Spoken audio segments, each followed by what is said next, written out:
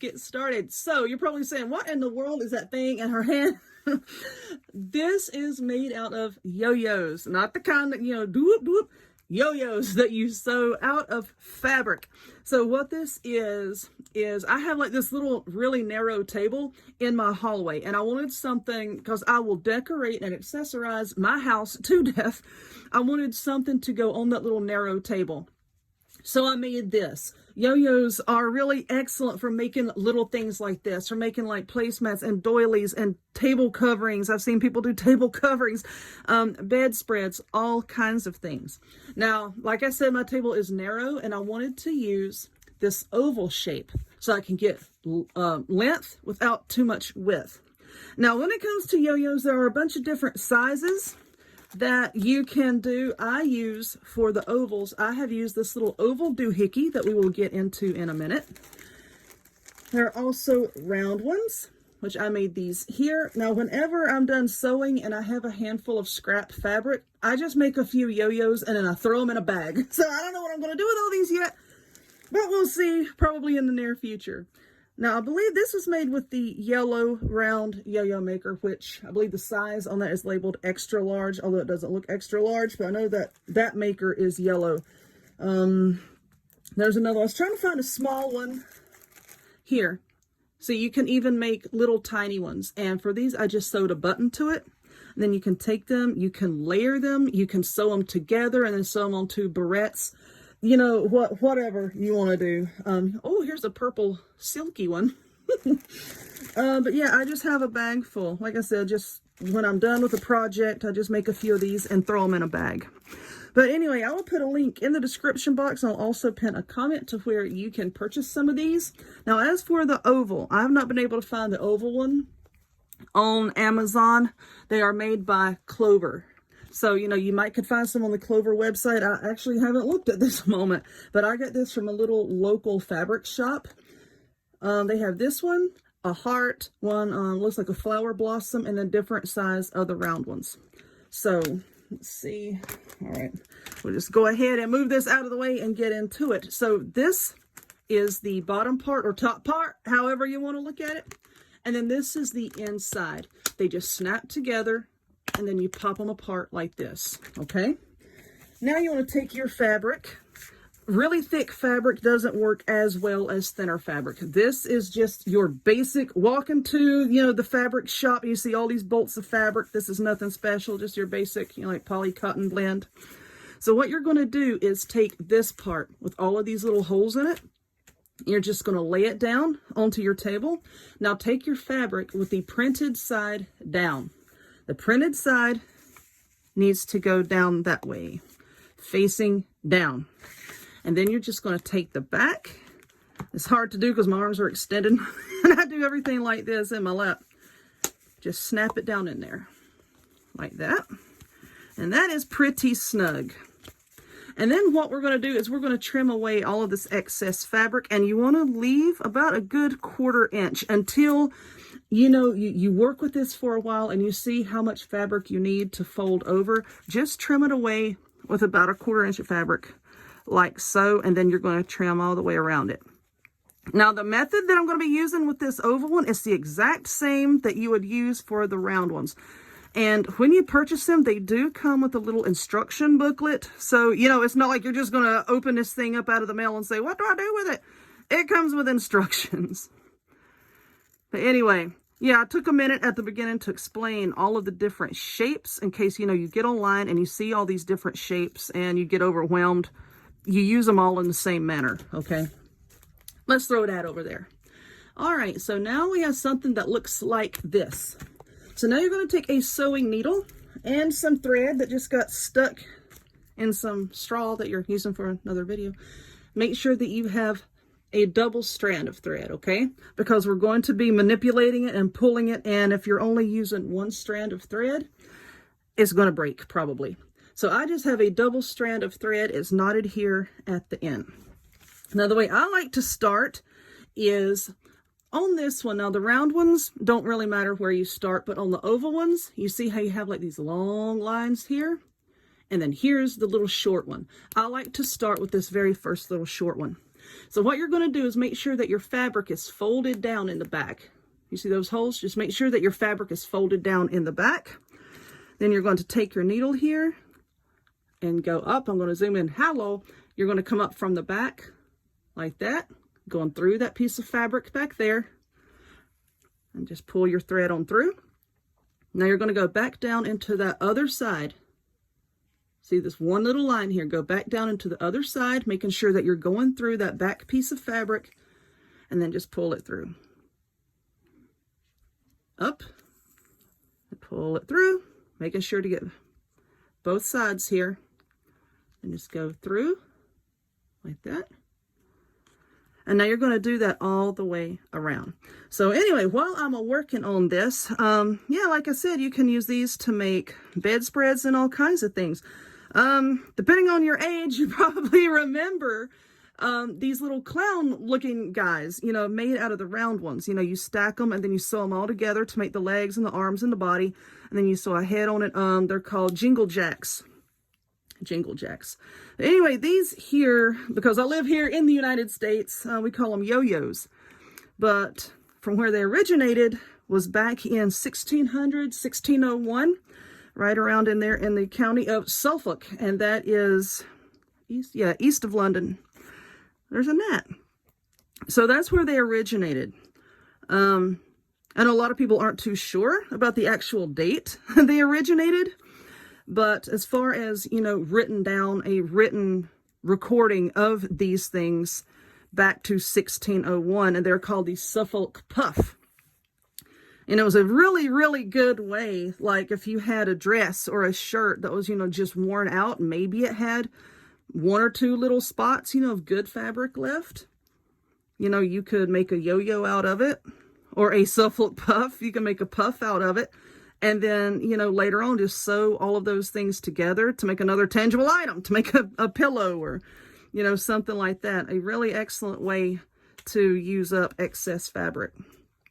So you got to save all that stuff now. So I am coming back around here. I'm almost to the end here. Now, when sewing these together, that is kind of difficult to show, depending on what you're making. Look what I've done. Why are you doing that? Okay. But anyway, because I don't know what you want to make, but I will just show you how to basically sew them together. And then you can just arrange them however you want, a bunch of different colors. I had at one time gotten this fabric. I had some red and white gingham and some green and white gingham. And I just alternated those and made a nice little doohickey like this for someone as a gift, and it was really pretty on her table at Christmas. But anyway, so I have come all the way back around, and I just finished stitching in this one right here. Now we've already stitched in this one, but you want to go ahead and stitch in that one again. Okay, so the one in which you started, you'll also stitch again.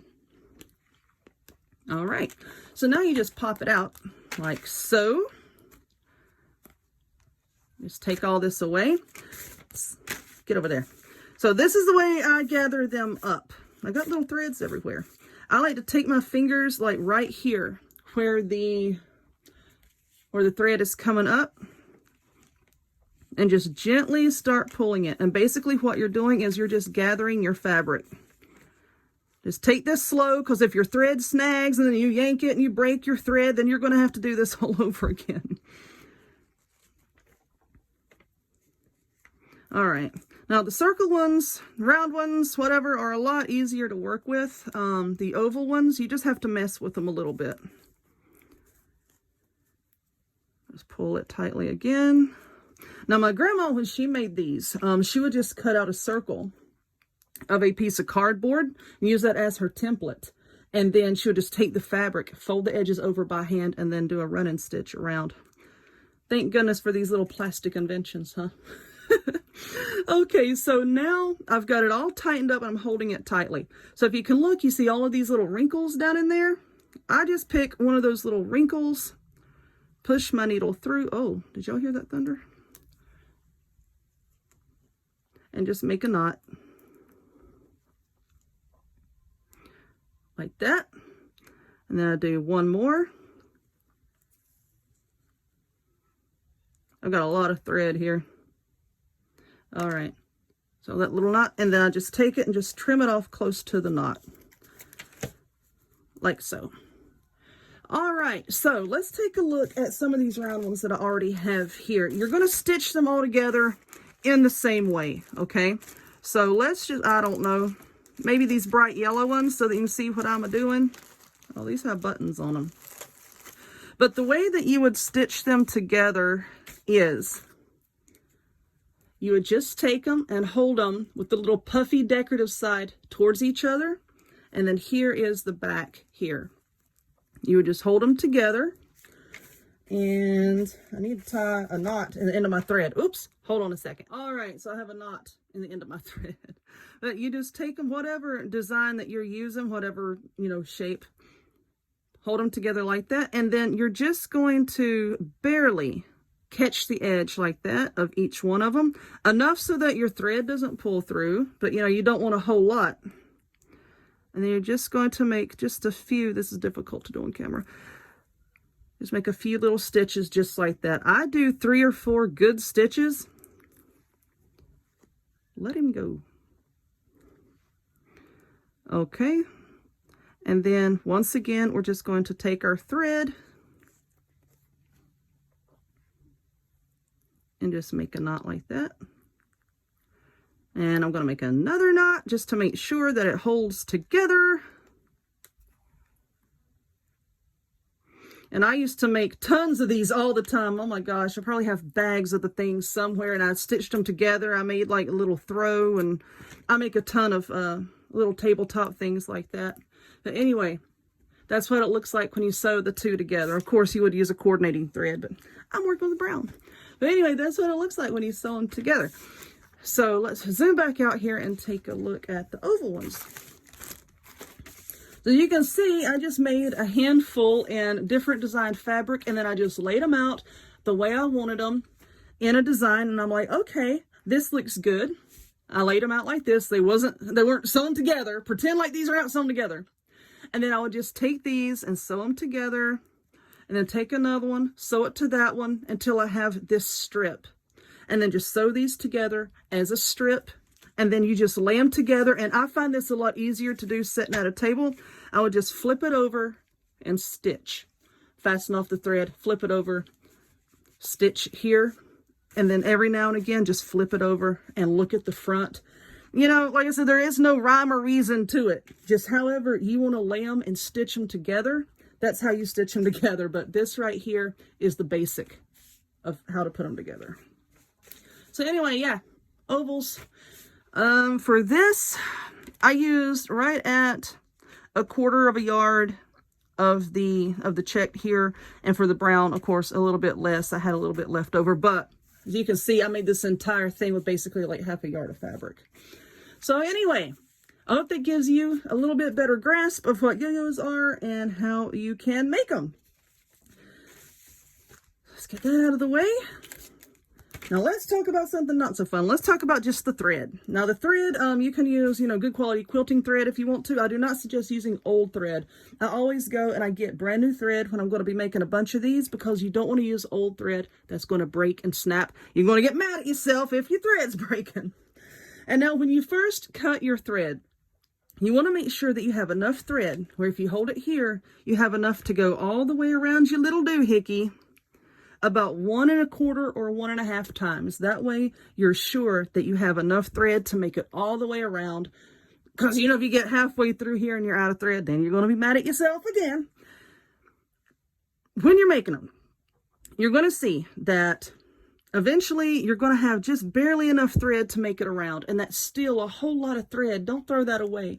You can take that thread out and just set it to the side, and then use that to sew them all together. Okay, that way you're not wasting a whole lot of thread. So anyway, all right, not so fun stuff is over. If you would give this video a thumbs up, click subscribe, check me out on other forms of social media, the links to all of which will be in the description box down below. And I hope to see y'all next time. Bye.